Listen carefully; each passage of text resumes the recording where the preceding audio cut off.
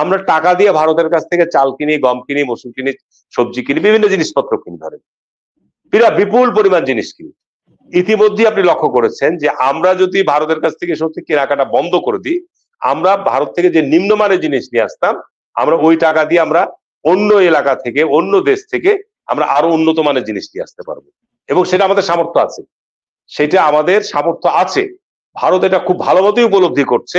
যে ইতিমধ্যে ভারতের কিন্তু বৈদেশিক বাণিজ্যে ঘাটতি পড়ে গেছে, পর্যটনে বিরাট ঘাটতি পড়ে গেছে, তাদের এখানে একটা দোকান বন্ধ হয়ে যাচ্ছে, হোটেল বন্ধ হয়ে যাচ্ছে, তাদের হাসপাতাল বন্ধ হয়ে যাচ্ছে, মারাত্মক ধরনের প্রতিক্রিয়া হয়েছে। সুতরাং ভারত তার নিজের স্বার্থেই বাংলাদেশের সাথে তাদের সুসম্পর্ক গড়ে তোলার জন্য তারাই সচেষ্ট হবে। হারুন ভাই, সেই সুসম্পর্ক স্থাপনের ক্ষেত্রে বেশিরভাগ কিন্তু আমরা যে সংবাদ মাধ্যমের মাধ্যমে কিন্তু প্রভাব বিস্তার করে প্রত্যেকটা দেশের কূটনীতিক অঙ্গনে, ভারতের গণমাধ্যম কিন্তু সেখানে